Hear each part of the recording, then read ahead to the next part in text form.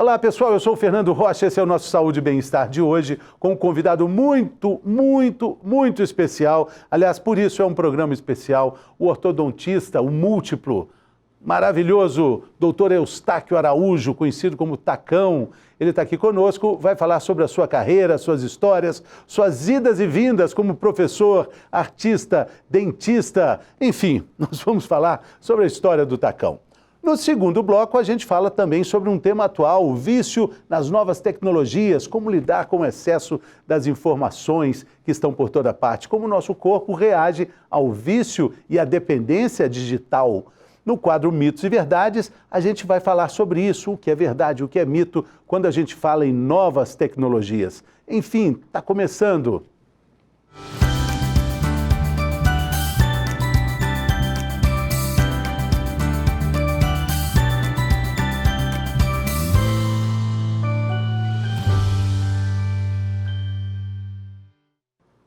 Muito bem, ele é apaixonado pela profissão, é comprometido com a educação, comprometido com a vida, com seus propósitos de vida. Tacão Araújo, personalidade da saúde, personalidade de Minas Gerais, quando o assunto também é odontologia, mas também quando é esporte, também quando é cuidado da vida e da nossa própria existência. Professor também no Brasil, nos Estados Unidos, ele construiu uma carreira de muito sucesso, premiado, reconhecido internacionalmente. Alegria tê-lo aqui, meu querido Tacão. Tudo bem? A alegria é minha, muito feliz de poder dividir esse momento com vocês e muito feliz mesmo por voltar a contar histórias, né? A gente do norte de Minas, a gente gosta muito de uma história. Uma história, uma viola, uma lua cheia, né? Exatamente. Isso. Você de Diamantina, só para a gente situar a nossa telespectadora, nosso telespectador, o Tacão, de uma família fantástica do norte de Minas, que contribuiu muito para o desenvolvimento de Minas Gerais, né, Tacão? Eu fui para Diamantina com 3 meses de idade, eu nasci em Itamarandíba, bem no coração do Vale do Jequitinhonha. E nós todos, eu e outros 15 irmãos, o único que nasceu em Minas Novas foi Dom Serafim, que é o mais velho, e hoje nós somos 9 vivos. Dom Serafim Fernandes de Araújo. Quase foi papa. Mas ele tinha o mal de ser atleticano. Essa foi boa. Eu não poderia falar, mas o irmão dele poderia, né? Eu falava com ele que ele ia ser castigado na hora que ele chegasse do céu. Como é que a família se dividiu esportivamente? Olha, éramos, vamos dizer assim, que quando eu nasci já tinha perdido 2 irmãos. Então, dos 14... com os quais eu convivi e ainda convivo, né? Eram 6 atleticanos, 6 americanos e 2 inteligentes cruzeirenses. Os privilegiados, o topo da pirâmide. Exatamente, E disso aí você acabou, né? Imagina a história assim, essa influência do norte de Minas, Diamantina, essa cidade tão querida, terra de Juscelino Kubitschek, terra das serenatas, das vesperatas. E o quanto isso faz parte dessa sua vocação de ser um cidadão do mundo? Olha, rapaz, a música sempre esteve presente e continua presente na nossa família. É impressionante. Se você vê meus sobrinhos hoje em dia tocando, você acha que você está vendo alguém que podia estar tocando lá em Liverpool, em outros lugares, entendeu? Os meninos fantásticos. E com uma grande vantagem, eu consegui fazer com que quase todos os sobrinhos fossem cruzeirenses. Mas você não teve sorte com os cunhados aí também, né? Não, tem os cunhados aí que não deu para pegar todo mundo, não. Você é casado com a irmã de um grande amigo e dentista também, né? O Bebeto, isso. Né? E ele também é músico, assim como você, né? O Bebeto teve uma banda de rock? Teve uma banda, Bebeto e seus acéfalos, né? E eu também tive uma banda na época do Automóvel Clube, junto com a minha turma aí, com o Fernando Pacheco, Eduardo Pinto Coelho, Anderson Rocha, Beat Kings. A gente tocava todo domingo na matinê do Automóvel Clube. Isso foi o quê? Anos 60, anos 70? Anos 60. Lá para 68 foi quando meu pai um dia me chamou e falou assim, você agora vai resolver uma coisa aqui, agora. Você vai ser dentista ou músico? Entendeu? Aí eu falei com ele, não, eu vou ser dentista. E o Eduardo também estava Eduardo é médico, Fernando também muito metido com artes, e o Anderson na área de engenharia. Nós falamos, vamos ser só grandes amigos e deixa a banda de lado. Eu acho que o mundo da música acabou perdendo um grande conjunto, Tacão. Não, a gente fazia barulho direitinho, bom, viu? Era muito bom.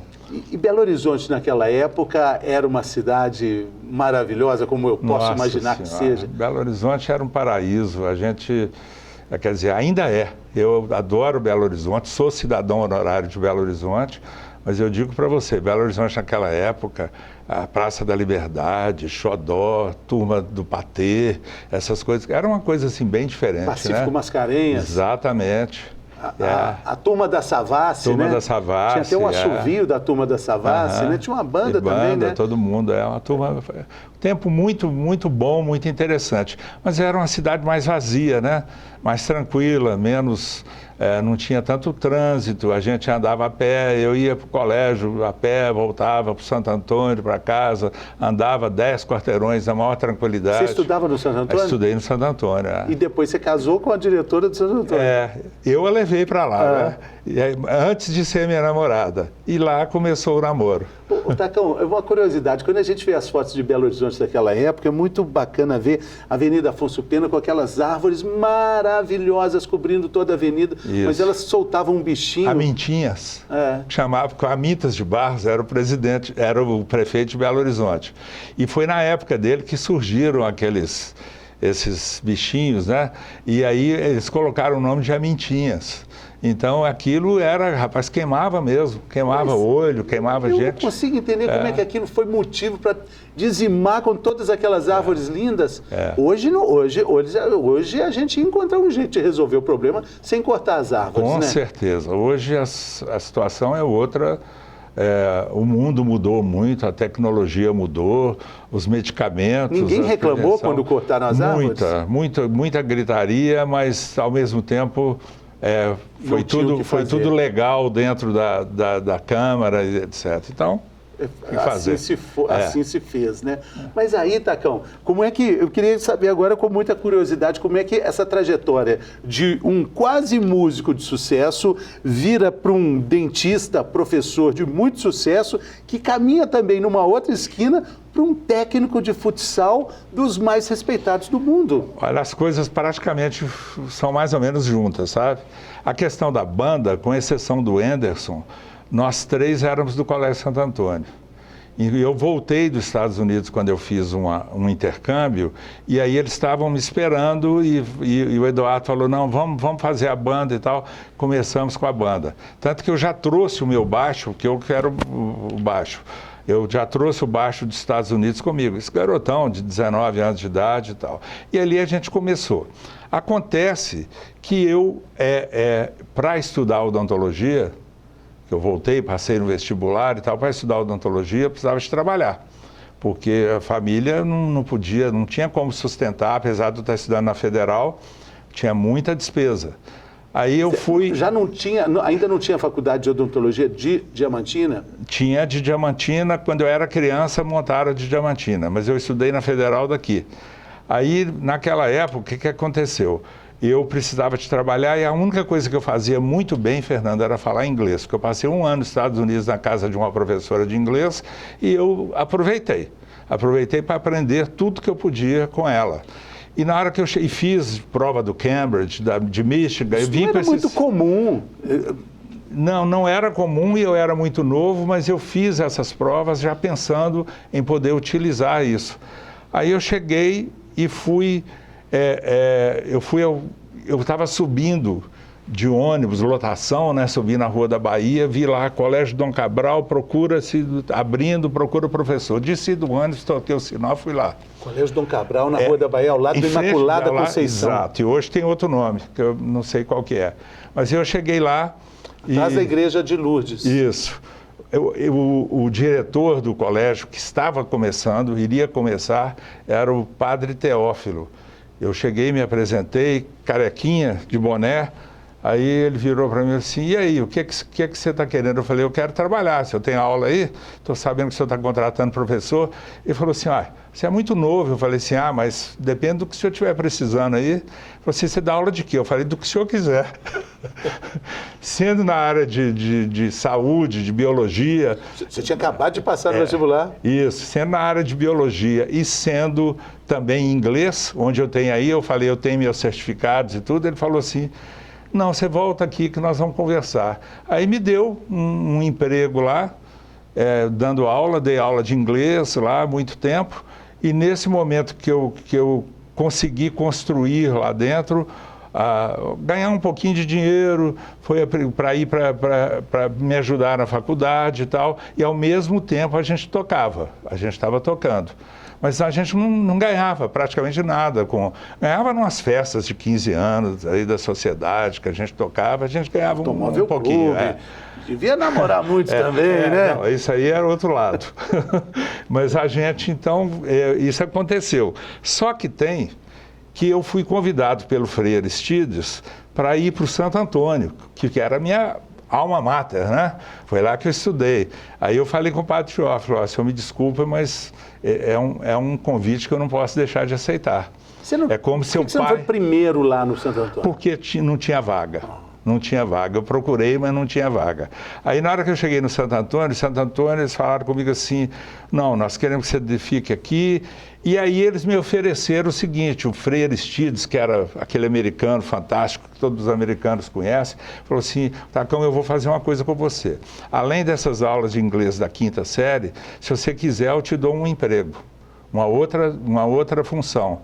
Depois das 5 da tarde, você não tem aula. Então, entre 5 e 7, ou 7 e meia, por aí, você comandar a área de esporte do Colégio Santo Antônio para mim. Falei, topado, na hora, entendeu? E daí, o Santo Antônio levou o Arsenal para lá. Eu passei a ajudar também com o Arsenal, passei a me interessar muito. O Arsenal era um time que já existia? Time do Barro Preto. Do Barro Preto. Do Barro Preto. E estava para fechar, aí levaram para o Santo Antônio e a gente praticamente que encampou. E do Arsenal, aí vem uma outra história. Eu assumi um compromisso com o Urbano Santiago, que eu também jogava vôlei no Minas. Tem outra história, ainda jogava vôlei no Minas. Assumi um compromisso com o Urbano Santiago ele falou comigo, Urbano, como é que pode o Minas, com uma história tão grande, e no futsal, na época futebol de salão, e agora tem anos e anos que não participa de nada. Ele falou assim, eu assumo um compromisso com você, se você assumir um compromisso comigo. Se eu ganhar a eleição para presidente, você assume o futsal do Minas? Eu falei, assumo. Pronto, aí eu ia deixar o Arsenal para ir para o Minas, que era outra coisa do coração, um dos lugares onde eu praticamente cresci, indo quase todo dia. E de lá do Minas, com patrocínio, Fiat Minas, etc., o time começou a subir. Aí você deixou o Arsenal? Deixei o Arsenal. O time começou a subir, a gente começou a aparecer no cenário nacional. Falei com a Terezinha, vou parar.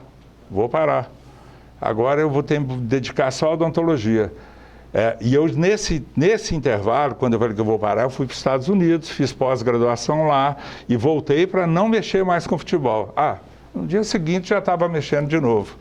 E aí eles me convidaram, foi uma época que, em 1988, o Brasil perdeu a Copa do Mundo de Futebol de Salão, na época, né, chamava assim, e me chamaram para ficar no lugar do treinador, do César Vieira, que era o treinador. Eu falei assim, gente, não é possível, olha a quantidade de treinadores. Eu estava num torneio lá em São Paulo, a quantidade de gente aí, qualquer um deles sabe muito mais do que eu. Eles falaram assim, não, nós estamos precisando de um líder assim igual a você e eu queria que você aceitasse. Aí eu liguei para a Terezinha lá de São Paulo, não tinha celular, não tinha nada nessa época. Eu falei, Terezinha, não dei a resposta ainda não, mas eu vou dar a resposta negativa. Ela falou, não senhor, você já comeu osso por muito tempo, agora você vai aproveitar. E aí você assume... Aí eu assumi a seleção. Em 88, fiquei 10 anos... 21 torneios, 20 ganhos e um perdido nos pênaltis. Nossa, duas Copas do Mundo. A gente tem os títulos aqui, são impressionantes aqui os títulos. É coisa, ó, 2 títulos mundiais, Copa América, né, de 95, 96, 97, 98, Mundialito 3 vezes, Pan-Americano, Sul-Americano, o torneio internacional no Rio, a Copa das Nações, um torneio na Austrália. É impressionante. É muita coisa. Mas eu podia fazer graça, né? Porque os atletas, os jogadores de futsal daquela época eram muito diferenciados. Isso, né? Que eu ia te perguntar. 2 coisas. Muito. A primeira, tem algum técnico da Seleção Brasileira de Futsal mais vitorioso que você?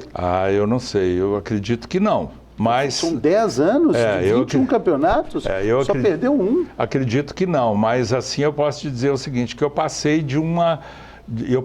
tive a felicidade de passar a transição do velho para o novo. A mudança da bola, a mudança do tamanho de quadra.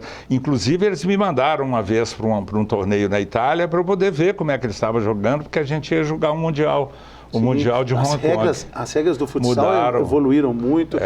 Quais jogadores você revelou, Tacão? Olha, tem muita história, viu? Mas vamos falar dos principais, que são os mais famosos. O Manuel Tobias, que eu convoquei o Manuel, ele tinha 17 anos quando eu convoquei para a seleção principal. Foi considerado o melhor do mundo algumas vezes. Depois... fui eu que trouxe o Falcão, ele não jogou Copa do Mundo comigo, mas o Falcão jogou comigo, começou comigo e eu tenho uma amizade muito grande por ele até hoje. Fora aquela turma velha do Ortiz, do Morruga, aqui de Minas, teve o Totó, teve muita gente que teve na seleção. O Vander. Vander foi meu capitão há muito tempo. O Vander trabalhava no Benji, né? E foi também um dos craques. E o Vander hoje é treinador em São Paulo, de uma equipe em São Paulo. Você chegou a dirigir o Atlético? Não, eu fui chefe da delegação do Atlético, você acredita? Olha que homem, né? Deixa de lado a paixão, faz ser chefe da delegação do Atlético. O Atlético tem uma tradição de grandes times, né? Grandes times, não só na época do Pax de Minas, mas anterior a isso, ele tinha uma tradição de... Houve uma época que se eu quisesse não treinar muito e tal, convocava o time do Atlético, botava em campo. Inteiro. Era muito interessante. Agora, dentro de todas essas questões aí que você estava dizendo, né, sobre o futsal ser diferente, o jogador do futsal, ele vem de uma formação diferente do jogador. Ele chega como profissional com uma bagagem que normalmente o jogador do campo nem sempre tem, né, Tacão? O pessoal do futsal, o que eu sentia, que eu posso dizer que eu sentia, é que eles tinham, vamos dizer assim, um chão mais firme para poder ir aos colégios, ir lá jogar.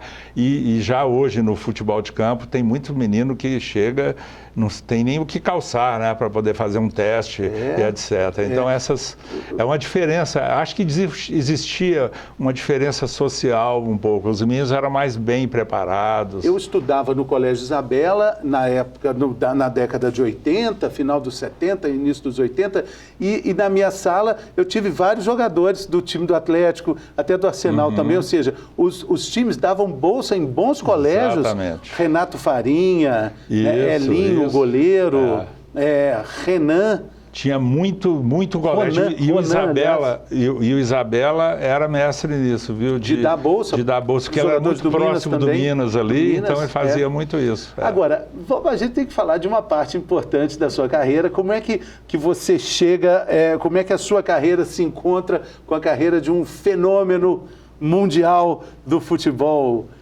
interplanetário? Essa aí foi muito interessante. Estava no meu consultório e eram meus pacientes, 2 filhos, um filho e uma filha do Carlos Alberto Silva, que era treinador do Cruzeiro na época. Carlos Alberto Silva, e da Seleção Brasileira. E da Seleção Brasileira, foi campeão brasileiro pelo Guarani e tal, o marido da Elda Pimenta, que jogava vôlei comigo. Ele é vivo ainda? Não, faleceu. E aí, então, o que ele chegava para mim e ele falou assim: ô Tacão, eu hoje tenho uma coisa boa que você vai gostar de ouvir. Eu falei: opa, você é do Cruzeiro? Ele falou: chegou um menino aí para nós que você não pode imaginar o que ele joga. O Carlos Alberto Silva era cruzeirense? Era o técnico do Cruzeiro. Eu acho que era, ele não fala dúvida. Não. Eu já o entrevistei algumas vezes, ele nunca falou, porque ele também teve uma ligação grande com o Atlético. Ele não falava, não, ele não gostava de falar, não. Naquele momento ali, ele viveu o Cruzeiro completamente. E aí eu falei com ele assim, ô Carlos Alberto, é aquele que saiu o resultado dele no jornal, foto dele no jornal, que tem os dentes todos para frente? Eu nunca vi um menino tão feio. Ele falou, você não sabe o que ele joga de bola. A conversa foi por aí. Aí eu falei assim, Carlos Alberto, ele não tem como tratar, Tacão. Eu falei assim, traz ele aqui, deixa eu dar uma olhada para ver o que acontece. Chegou lá... Você perguntou o nome dele? Não, mas eu já sabia, depois ele me falou que era o Ronaldo e tal. Gente, então já dei a dica. Ronaldo, o cara tinha os dentes assim deitado, chamava Ronaldo e estava chegando no Cruzeiro com 16 anos. Exatamente. Aí o Ronaldo veio, eu conversei, falei com ele, meu filho, o seu caso é um caso que além do aparelho, você vai ter que fazer... Muito, muito. Ele veio com a mãe? Não, sozinho. Quem andava muito com ele era o Dida. O Dida carregava ele para baixo e para cima. Ele é muito agradecido ao Dida até hoje por essa fase de Belo Horizonte. E eu, então, o Ronaldo, eu expliquei que o caso talvez ia necessitar de um procedimento cirúrgico, porque era caso, hoje em dia, se fosse fazer, aí o Ronaldo Nazaré pulou na frente, me ligou no outro dia e falou assim... Ronaldo Nazaré é o médico do Cruzeiro. Falou assim, absolutamente, ele não pode fazer cirurgia, você se vira aí, porque são 4 meses parado para fazer essa cirurgia, ele não pode fazer isso não. Eu falei, tudo bem. Vamos ver o que faz. Aí eu falei com o Ronaldo. Você já tinha alguma ligação com o time profissional do Cruzeiro? Não, eu conhecia muita gente lá. Tá? Aí eu falei com o Ronaldo e com o Ronaldo Nazaré. Então vamos fazer um tratamento paliativo para você e depois, quando você parar, você pode... Se o sorriso estiver te incomodando, aquela gengiva maior e tudo, você pode... A gente faz a cirurgia mais simples e tal, sem problema nenhum. Aí tudo bem. Aí veio a questão financeira, porque o Ronaldo virou para mim e falou assim, ô doutor, ele almoçou em casa, na minha casa, aqui perto do Colégio Santo Antônio e tal, ele falou assim, ô doutor, eu não tenho como te pagar. Ele ganhava coisa de R$60 por mês, ou 60 moedas da época, que eu não sei qual que é, por mês. Eu falei assim, ô Ronaldo, tem sim. Mete gol no Galo que está tudo bem. E ele sabia onde é que eu ficava no Mineirão, na cadeira cativa. Ia ter um jogo. Ia ter um jogo. Com canapes. Contra um zagueiro uruguaio. Exatamente. Forte, canapes. Agilidade total. Ginga, malemolência. E aí o Ronaldo, ele fez o primeiro gol, passou, fez assim para mim, ó. Depois passou, fez assim 2. Acho que ele fez 3. Ele fez 3, Aí eu falei, tá pago. Eu estava nesse jogo trabalhando e estava com o Bebeto por perto, o Bebeto, seu cunhado atleticano, e o Bebeto me lembra que em algum momento o Ronaldo olha para onde você estava e aponta aqui, ó, aponta assim e fala assim, ó, e aí, tá pago. Coisa interessante, o Ronaldo veio para cá, está aí no Cruzeiro, fazendo esse trabalho maravilhoso, não consegui me encontrar com ele até hoje. Gostaria muito, mas não consegui não. Eu acho que ele vai estar com medo de você cobrar. Fala assim, não está pago não, Ronaldo, não está pago não. Ele já me pagou mais agora. O que você está achando dessa gestão dele? O que você está achando como cruzeirense? Eu acho que foi uma primeira etapa muito bem feita, né? Agora, o que vem depois nós não sabemos, porque chegar é muito mais tranquilo do que permanecer lá em cima. Então, vamos ver o que vai acontecer. Tem que fazer uma transformação muito boa. E como é que você viu essa travessia? Como é que você atravessou esses 3 anos na B? Eu vou falar uma coisa com você que, eu não sei se alguém já fez esse comentário. Para mim, a mola mestra do Cruzeiro sempre foi a torcida. E o Cruzeiro, na minha opinião, só ficou na B esse tempo todo porque tinha pandemia e não tinha torcida. Porque se o Cruzeiro tivesse essa torcida que levou o time agora junto com o Ronaldo aí, nos outros anos, mas não tinha isso. Então era aquela coisa fria, vazia nos estádios. Então eu acho que isso tem muito a ver. Sim, entendeu? Sim. Agora, Tacão, tem uma outra vertente. Você é nosso convidado especial hoje aqui, né? Eu queria falar, além dessa sua paixão pela odontologia, pela música, pelo cruzeiro, mas também pela educação, né? Exatamente. Quando eu fui para os Estados Unidos fazer pós-graduação, eu fui para voltar. A história é a seguinte: a PUC abriu a faculdade de odontologia, não sei quantos anos atrás, mas não sei, eu não me lembro exatamente da data. E eu participei muito, junto com o grupo de professores lá, da elaboração do projeto. Quando chegou a época de começar o curso, eu disse ao professor Eugênio Vilaça: não conte comigo, eu só volto para a PUC se eu tiver uma titulação importante para poder... Porque eu não vou entrar na PUC como irmão de Dom Serafim. Eu quero entrar com o meu mérito e foi isso. E o Eugênio falou assim comigo: você não quer ir para o exterior? Eu falei: vou. Aí ele me ajudou, inclusive, nessa questão da ida para o exterior. E fui para a Universidade de Pittsburgh, onde eu sou professor lá hoje, até hoje dou aula. Amanhã, semana que vem, dou 2 aulas para eles, tudo online agora, né? Mas quando eu vou lá, eu visito todo mundo. E aí eu fui e deu muito certo, eu adorei tudo que eu fazia, e na hora que eu voltei, foi quando nós botamos o pé no chão e montamos a área de pós-graduação da PUC na área de odontologia. Entendeu? Tacão, olha, é uma conversa fantástica. Eu quero. A gente, infelizmente, nós temos tempo aqui. Eu queria ficar até amanhã de manhã, de tarde, falando sobre isso. Mas eu queria já te convidar para você voltar, para a gente fazer um programa inteiro falando. Mas só de educação. Só de educação. Você teve no Haiti também um projeto no Haiti. Tive um projeto, eu fiz uma. Sabe outra coisa? Longevidade, como é que o cérebro ativo é responsável por uma vida maravilhosa, plena, né? Tanta coisa que você tem para falar sobre isso. A minha história na educação, no meu modo de ver, a minha história na educação é muito mais bonita do que todas as outras. Não, eu acho que está tudo igual. Aí é muito. Então, hoje eu estou nas ciências médicas, na frente da ortodontia, ajudando eles lá, e com uma amizade muito grande com todo mundo que já foi aluno, ex-aluno. Eu gosto muito deles e estou aí. Mas estou à sua disposição. Com muita alegria. Quiser, sempre bem-vindo aqui. Se quiser, eu volto, mas nós não vamos falar de futebol. Não, isso a gente já falou, mas só se depende do resultado do jogo, né? A gente só comenta. E a gente fala sobre educação, então. Com certeza. A gente volta daqui a pouquinho, no próximo bloco.